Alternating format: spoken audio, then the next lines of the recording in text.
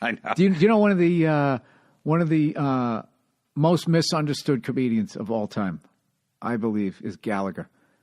Because everybody looks at him like he was this fucking guy smashing all this shit. He was making fun of advertising. That's what that bit was. Right. Sledge-o-matic, what the hell is it? And it didn't work, but it was all this visual stuff. But so many people took it at face value.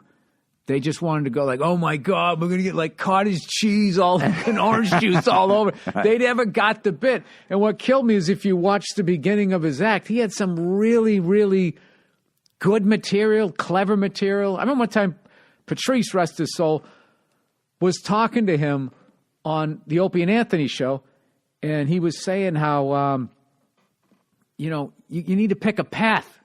He was like, you're either going to do this Carlin stuff or you're going to be the guy smashing shit. And like, he just wasn't able to convey it in a way. And I remember listening to it. I was driving. I was listening to it on the radio. And I was just going like, yes, exactly. He had that fucking bit where he sat down in the school desk and he did this whole bit where he was talking about how weird words are spelled in our English language. He started with the word.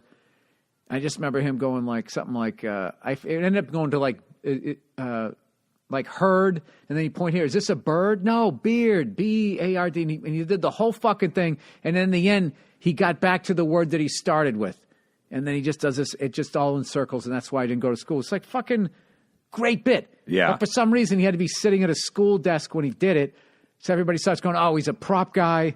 I don't know.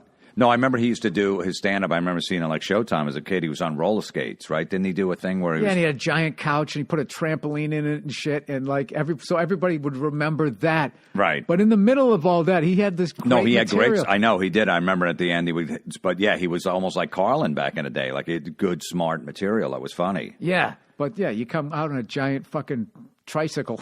And then a lot of it gets lost. The greatest. And then he retires and he sells his act to his brother, Gallagher 2. Gallagher 2 goes out and he starts making a fortune. And then Gallagher gets jealous. He goes, wait a minute. Now I want my act back. He's like, no, you sold it to me. And then they had to go to court. Yeah. And now Gallagher 2 can't do it anymore. So the real Gallagher's back out there. Yeah, he told him to do it when he couldn't. I've heard so many stories. And then he told him to stop doing it. I just remember when Gallagher 2 came to Boston. It was the funniest fucking thing because like Gallagher 2 to the layman sounded like, oh, he wrote a new hour. You know what I mean? Like right. Ghostbusters Part 2, Gallagher Part 2, right? So he would go up there and it would be like, it wouldn't take any more than 3 or 4 minutes. Like right out of the gate, it's like, why does his voice sound so weird? Because he kind of looked like him if you sat in the back, and then people would just start, within 4 minutes, it's like, dude, this isn't Gallagher.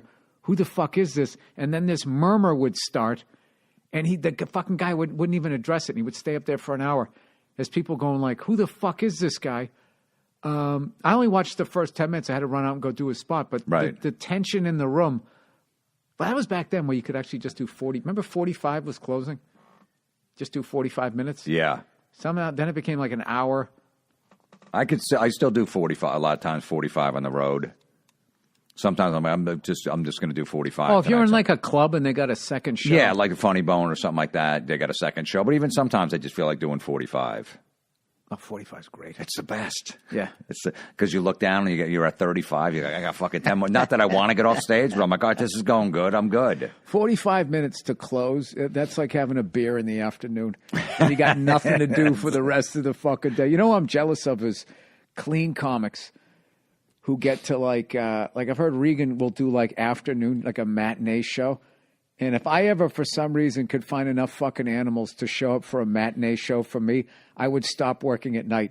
I would do a fucking 2 o'clock. It's like in radio.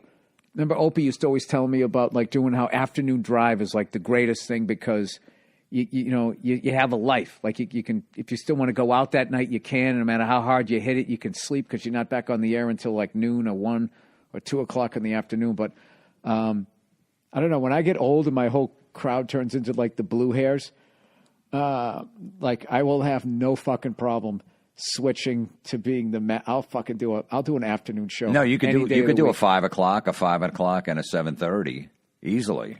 People want to go out early, and all the comedy clubs have switched their times to like 7 o'clock, 7:30 on a Friday first show, and 7 o'clock on a Saturday. You know what I hate the most? I hate 7 and 10.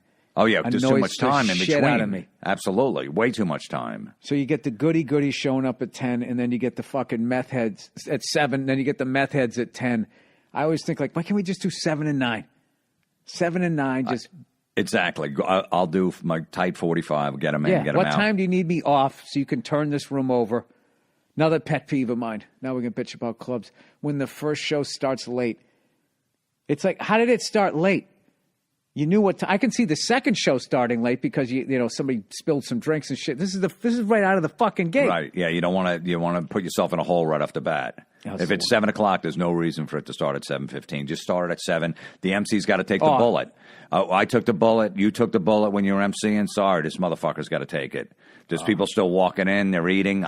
Sorry, man. Yeah, but you know these kids today. They're all just like, hey, can we wait a minute? Because, there's people still coming in. I always go, yeah, don't worry. Right. Oh, my God. The amount of fucking times. That's the most amazing thing about that Richard Pryor special, the one that he did down there at the Terrace Theater, the one he had the red shirt, is when he came out, there was still people getting in their seats. So anybody who's like a nerd for comedy, like that situation is every situation that an opener gets put in.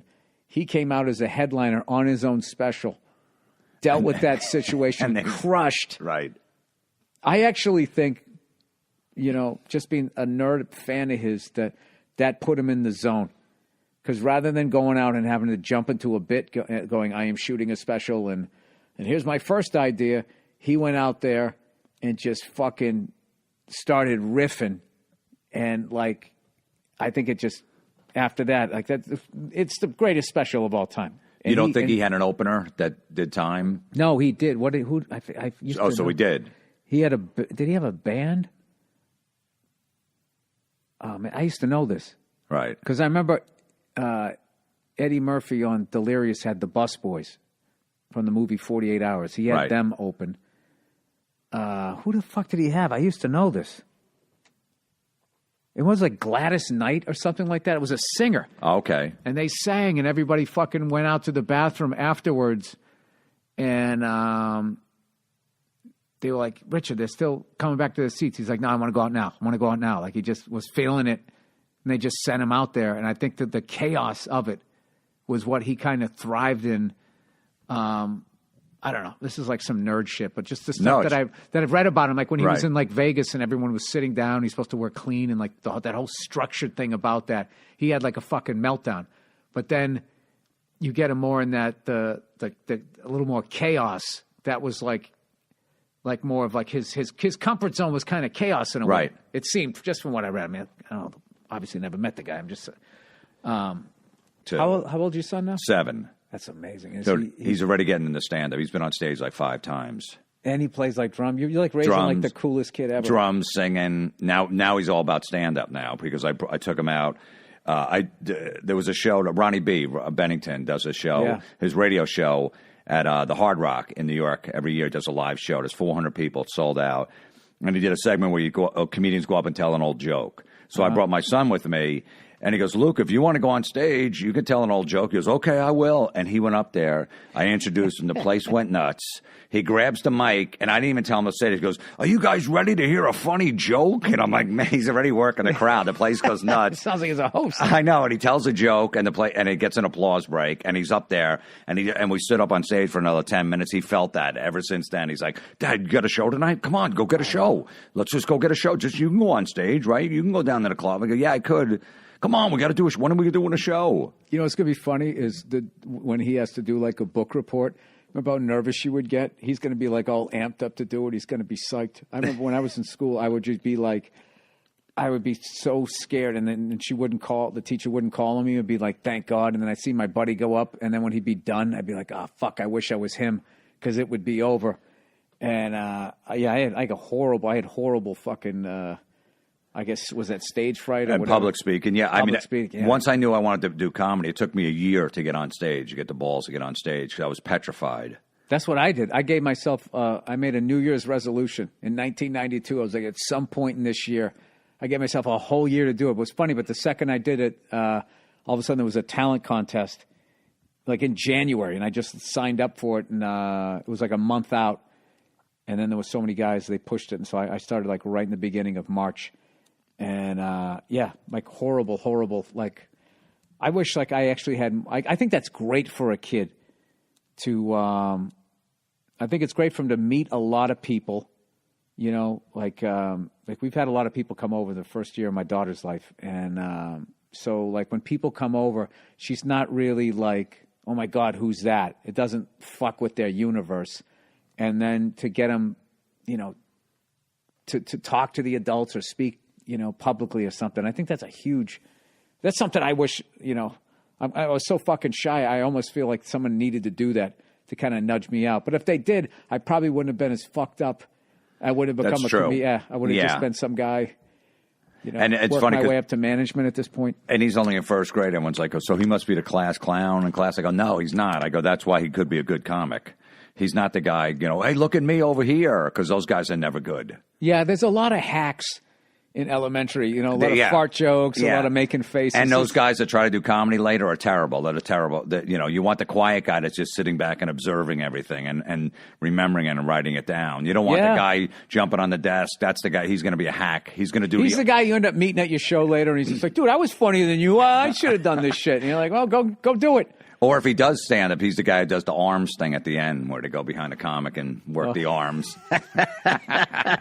How great was that, though, the first time you saw it? It was hilarious. It was the greatest thing ever, because I had an itch on my crotch, and they'd have some hot girl, and she'd have to go